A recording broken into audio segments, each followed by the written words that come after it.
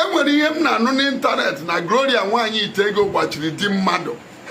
Eze nwaanyị ite ego emekwakwa ọzọ eze nwaanyị ite ego emekwakwa ọzọ ọ na-etrend na according to ndị na-adrag ya na TikTok n'ozuru ohi n'ozu 3.5 million and 80 million like na napụ mmadụ ego taa nke na-etrend kwazi kịta bụ na asị na short ka ọ hapụ ịdị ka ọmụnwa bikos ọzọzi na-atọgbu Okongwu ya ebu ka ọ hapụ ịdị ka ọnụọnụ nke o si wee pụta na-enenu vidiyo. Ọha na eze ekelekwa m ụnụ. Ọ native Dr. Ezenwanyi akịrịka kpọnkọzọ ụwa ndụ adreesị ndị Enugu na adreesị ndị Oduma bịa n'ụbọchị nke taata. Enwere ihe m fụrụ na-efegharị n'ịntanetị gbasara dibia nwaanyị, maka na nwaanyị adịghị abụ eze. Dibia nwaanyị m na-ahụ a na-akpọ ite ego.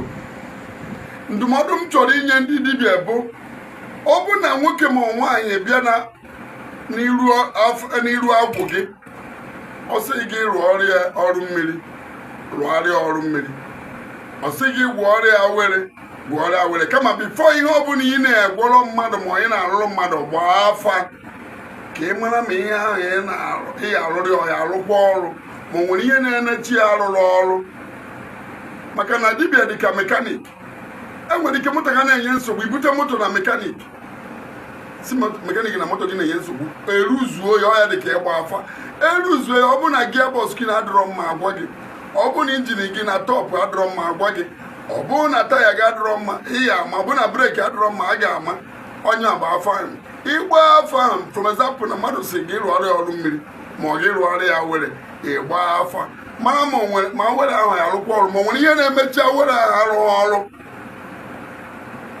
Ọ bụ na o nwere ihe na-emechi were ahụ arụ ọrụ gị gwe nekwa ihe ọ ga-alụ first before ọlụba were ahụ, and ọlụsi were ahụ nekwa ihe ọzọ ọ ga-alụ ka a yara ndị nwe ike, maka na ọgwụ bụ competition.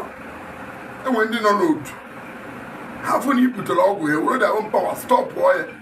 So igwe nekwa ihe ọ ga-alụ nekwa ihe ọ ga-alụ na ọlụcha nke a nekwa ihe ọzọ ọ ga-alụ to protect that work. Ịmago na ọrụ a bụ dị mmụọ ị na-alụ dị ọrụ ka ị na-enwe the experience.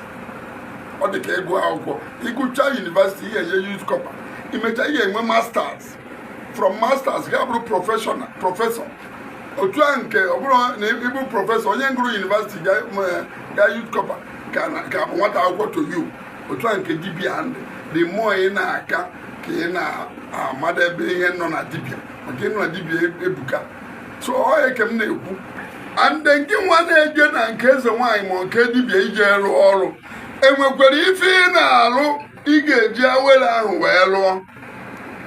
Gị nwa mbụ dibia ma ịbụ eze nwaanyị ị gbakwara afa bifo ị gwọba ọgwụ ahụ, maka na ọ bụrụ ị nọrọ nkịtị isisi gwọrọ gị awere ma ọ sị rụọrọ gị nka mana o nwere ihe ị na-eme, ọ ịkpọ ya afịa isiri ị chọrọ ịgwọ awere ọ yelu isi gị dị ya ka iyelu ọdụ gị dị ya. Ọ ga-enwe ihe ị na-eme ma ihe ị na-alụ bifo ị gwọba ọgwụ.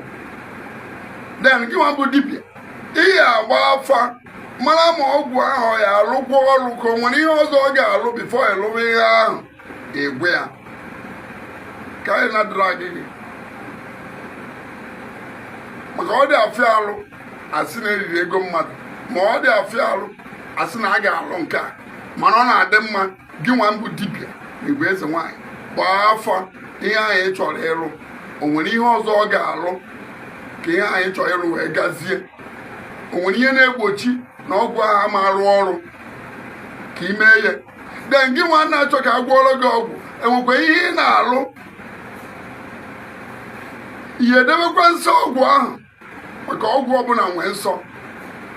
Ihe edebekwa nsọ ọgwụ ahụ maka ihe emekwa nke gị ọgwụ eme nke ya. Soro ya ka nsị ka m bịa tinyere n'ụrụ azụ okenye.